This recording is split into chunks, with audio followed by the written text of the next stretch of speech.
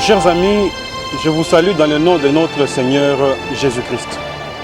Aujourd'hui, dans nos messages de la plateforme Jésus-Christ cherche, nous parlons de chrétiens de naissance. Le thème est intitulé « Attention, les chrétiens de naissance n'iront pas au ciel ». Je sais que c'est un thème qui peut bouleverser, qui peut même être d'emblée méprisé. Mais commençons par un petit récit. Un jour, sur le campus, à l'heure de la pause, pendant des cours, nous échangeons avec quelques étudiants pour savoir s'ils avaient la certitude de leur salut, s'ils avaient déjà donné leur vie à Jésus-Christ comme leur Seigneur et Sauveur.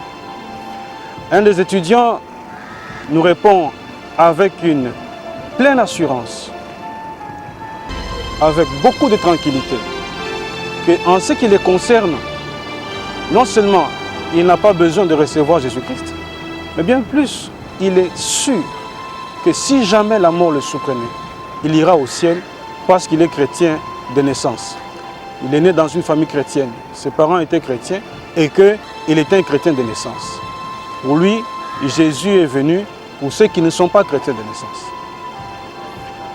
Cette déclaration nous donne l'occasion d'abord d'interroger la Bible au sujet des chrétiens de naissance. Elle nous renvoie à un autre récit intéressant. La Bible nous montre qu'un jour, un homme religieux, un responsable religieux, Nicodème, est allé trouver le Seigneur Jésus de nuit. Il est allé le voir de nuit parce que, en tant que chef religieux, il aurait honte de voir Jésus en plein jour, un jeune homme qui parle du royaume de Dieu avec beaucoup de sagesse, des choses de Dieu, Jésus-Christ. Lui, un chef religieux, mais aller voir Jésus pendant le jour, ça aurait signifié qu'il ne connaît pas trop les choses de Dieu. Mais il sentait dans son cœur quelque chose, sans doute poussé par l'Esprit du Seigneur, qui le poussait à s'approcher du Seigneur. Et quand il a allé trouver Jésus, il lui a posé la question, « Seigneur, nous savons que tu es vrai et que Dieu est avec toi, parce que personne ne peut faire tous les prodiges, toutes les œuvres, tous les miracles que tu fais, si Dieu n'est avec lui. » Et Jésus a répondu à Nicodème en lui disant, « En vérité, je te le dis, si quelqu'un n'est né de nouveau, il ne peut voir le royaume des cieux. » Nicodème était étonné. Il a posé la question à Jésus, « Mais comment un homme rentrerait-il dans les seins de sa mère pour être de nouveau ?» Et Jésus lui a dit, « Ce qui est né de la chair est chair, et ce qui est né de l'esprit est esprit. » On peut lire ça dans Jean chapitre 3, le verset 6e. Donc, le Seigneur Jésus affirme que chaque personne doit naître de nouveau. La première naissance est physique et charnelle, tandis que la seconde naissance est spirituelle. Et c'est cette vérité qu'il fallait partager avec cet étudiant qui a cru qu'il était chrétien de naissance. À la vérité, la Bible dit, tous, sans exception, tous ont péché et sont privés de la gloire de Dieu. Mais elle dit à tous ceux qui l'ont reçu, qui ont reçu qui? Qui ont reçu Jésus-Christ, qui est la parole de Dieu, cette parole a donné le pouvoir de devenir enfant de Dieu. C'est dans Jean chapitre 1er, versets 12 à 13. Et elle insiste, lesquels, ceux qui ont décidé de donner leur vie à Jésus, sont nés, non pas de la chair, non pas du sang, ni de la volonté de l'homme. Parce que la première naissance, c'est un homme fait de chair et de sang, une femme faite de chair et de sang. Par leur union sexuelle, ils donnent naissance à un homme fait de chair et de sang. On peut dire d'une certaine façon que pour qu'un homme naisse dans la chair et le sang et les os de la femme, de sa mère, ont coulé à l'hôpital ou lors de la naissance pendant le travail. Mais pour qu'un homme naisse spirituellement, il faut considérer le sang de Jésus-Christ à la croix de Golgotha. Donc, nous naissons tous créatures de Dieu, nous naissons tous pécheurs. Et la Bible dit, on devient enfant de Dieu. Il n'existe pas de naissance. Il n'existe pas plutôt de chrétiens de naissance. Jésus a souvent répété qu'il n'est pas venu appeler à la repentance des justes, mais des pécheurs.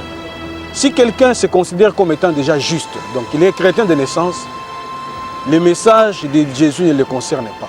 Oh, Jésus dit, qui peut aller au Père sans passer par moi? Qui peut aller à Dieu sans passer par Jésus-Christ?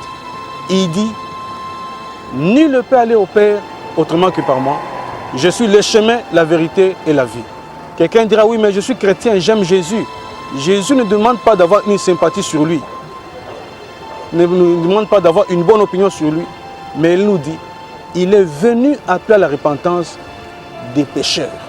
Si quelqu'un est chrétien de naissance, donc Jésus, il n'a pas besoin de Jésus. C'est comme ça que la Bible dit, celui qui n'a pas de Jésus, besoin de Jésus, il est juste d'après lui-même. Et si Jésus est revenu aujourd'hui, il n'irait pas au ciel. Et quelle considération peut-on prendre? Réfléchissons, cher ami. Si réellement il y aurait des hommes, ou si réellement on était chrétien de naissance, pourquoi le Seigneur Jésus serait-il venu sur la terre? Pourquoi serait-il venir souffrir, mourir à la croix pour que des gens deviennent chrétiens alors que nous l'aurons été déjà par notre naissance? Mais la Bible dit qu'il faut naître de nouveau. Ce qui est né de la chair est chair, ce qui est né de l'esprit est esprit. Donc, à ceux qui se considèrent comme chrétiens de naissance, Jésus-Christ vous cherche, il vous dit, tous sont péchés et sont privés de la gloire de Dieu. Mais le don gratuit de Dieu, c'est Jésus-Christ. Et que si nous voulons aller à Jésus, nous devons nous repentir de nos péchés. Considérer que nous sommes pécheurs depuis notre naissance. Décider d'abandonner la vie des péchés. Accepter personnellement et volontairement de recevoir Jésus-Christ et d'abandonner l'idée que nous sommes chrétiens de naissance. Voilà, si vous avez écouté ce message, qu'est-ce que nous pouvons retenir? En résumé, premièrement, Jésus est venu appeler à la repentance des pécheurs. Deuxièmement, tous nous sommes nés pécheurs et nous avons besoin de Jésus-Christ. Troisièmement, il faut à chacun d'entre nous d'accepter personnellement et volontairement de donner sa vie à Jésus-Christ parce qu'il est venu appeler à la repentance des justes. Quatrièmement, il nous faut considérer avec une attitude des petits-enfants que le nom de Jésus est le seul qui nous donne la vie et qu'avec humilité, nous devons nous dépouiller de la conception que nous avons, que nous étions chrétiens naissants. On sait, ça fait mal quand on a vécu longtemps dans une conception, mais je pensais que j'étais chrétien de naissance, mais comment il peut nous dire que les chrétiens de naissance n'iront pas au ciel? Mais c'est cela la vérité. Et cinquièmement, si Dieu vous a parlé, si ce message a été pour quelque chose dans votre vie, nous vous demandons de prier simplement comme ceci. Seigneur Jésus, j'ai écouté ta parole et je te remercie. J'ai longtemps cru que j'étais chrétien de naissance, mais je viens d'apprendre que tous sont péchés, sont privés de ta gloire et qu'il nous faut naître de nouveau. Je décide de naître de nouveau, je te donne ma vie, pardonne mes péchés, accepte-moi comme ton enfant et je te remercie d'être mort à la croix pour mes péchés.